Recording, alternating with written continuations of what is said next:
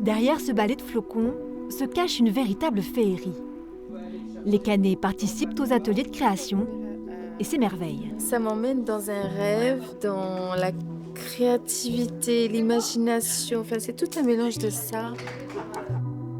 Au cœur de l'hiver, une chaleur humaine se déploie pour illuminer la ville et réunit près de 4000 habitants.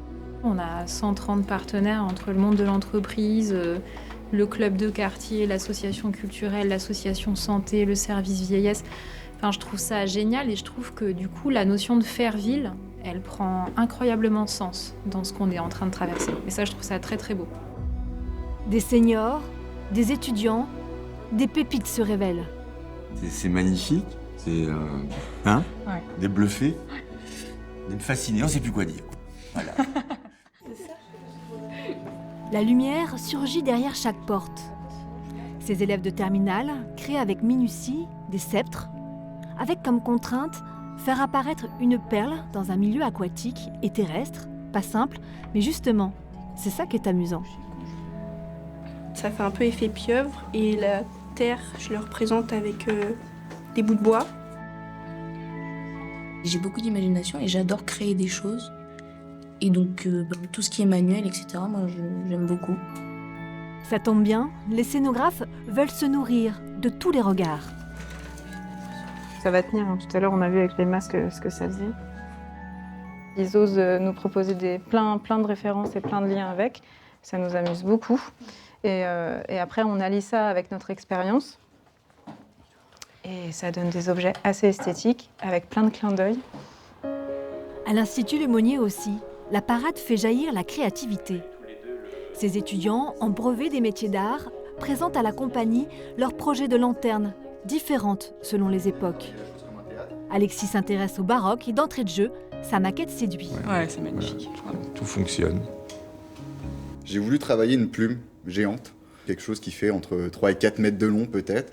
L'idée derrière la plume, c'est ce raccord au théâtre, à l'écriture. J'aime bien cette approche du baroque. Je pense que ton projet, il est très soigné, très conséquent. Je pense qu'on peut l'intégrer assez facilement. En fait, c'est hyper intéressant, professionnellement parlant. On n'est pas souvent amené à travailler dans des projets comme celui-ci, travailler avec des professionnels. Donc là, on a vraiment ce côté, on rentre un peu dans la vie active et on répond à des demandes clients.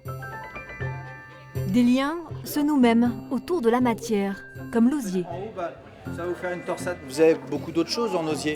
Ça a disparu parce qu'il y a le plastique, mais... Des familles, des seniors, des demandeurs d'asile, tous font naître une marionnette géante.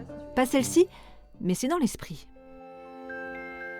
Je trouve ça beau parce que chacun, par exemple, cette tête, elle est faite de plein de mains différentes. Et là, moi, je me suis dit, tiens, je vais mettre des sourcils. Le côté un peu... Voilà, et c'est sans fin. C'est complètement dingue, ce truc. Il faut qu'on fasse les mains, la tête.